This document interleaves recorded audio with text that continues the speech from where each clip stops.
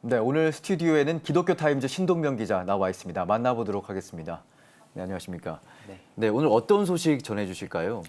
네, 감리교회 입법의회가 이제 얼마 남지 않았는데요. 양성평등위원회가 성별 할당제를 촉구하고 나섰습니다. 오늘은 이 소식을 전해드릴까 합니다. 네, 성별 할당제, 입법의회를 앞두고 촉구하는 이유가 있을 것 같은데요. 네, 감리회 10개 여성단체로 구성된 감리교 여성연대는 지난 10일 선교국 양성평등위원회 출범 예배 직후 성별 할당제 의무화, 양성평등한 장정의 개정, 조화롭고 건강한 성평등을 골자로 하는 요구안을 채택했습니다.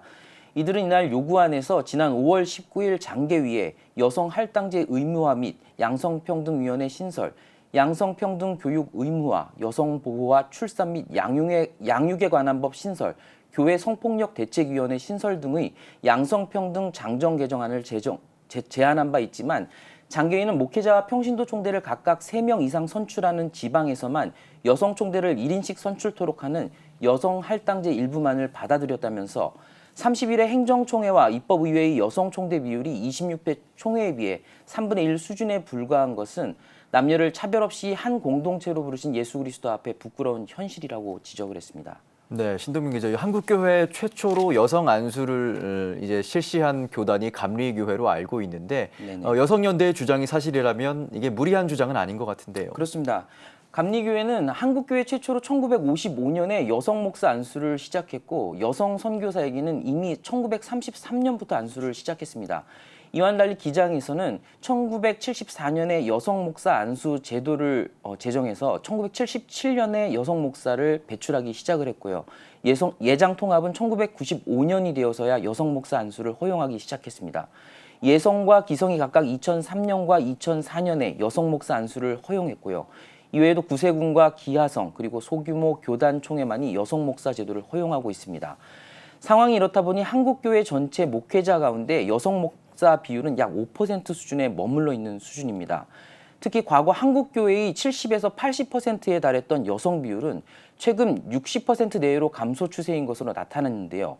한국교회 여성연합회는 젊은 여성들의 교회 이탈과 활동 위축은 한국교회와 여성 모두에게 성찰과 변화를 요청하고 있는 증거라면서 교회가 모두에게 여성들을 위한 정책을 수립해야 한다고 강조했습니다. 네, 감리회가 양성평등 분야에 앞장서온 만큼 이 양성평등위원회의 방향도 궁금한데요.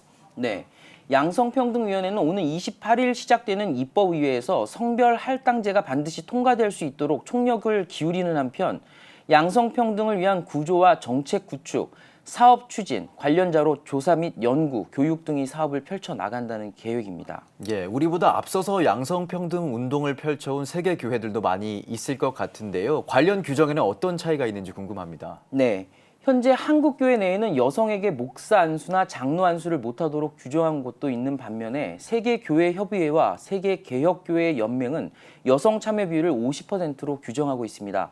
2013년 부산에서 열렸던 WCC 부산총회 당시 여성 총대 비율은 37%였고요. 한국기독교교회협의회 역시 여성 참여 비율을 30% 이상으로 권고하고 있습니다. 네, 그렇군요. 교세 감소에 이어 대다수를 차지하고 있는 여성 성도의 감소 소식이 한국교회에게 던져주는 시사점이 적지 않은 듯한데요. 그렇습니다. 21세기 글로벌 교회를 지향하는 한국교회가 반드시 고민해봐야 할 부분임에는 틀림이 없는 것 같습니다. 오늘 신동명 기자 만나봤습니다. 오직 복음, 오직 믿음, CTS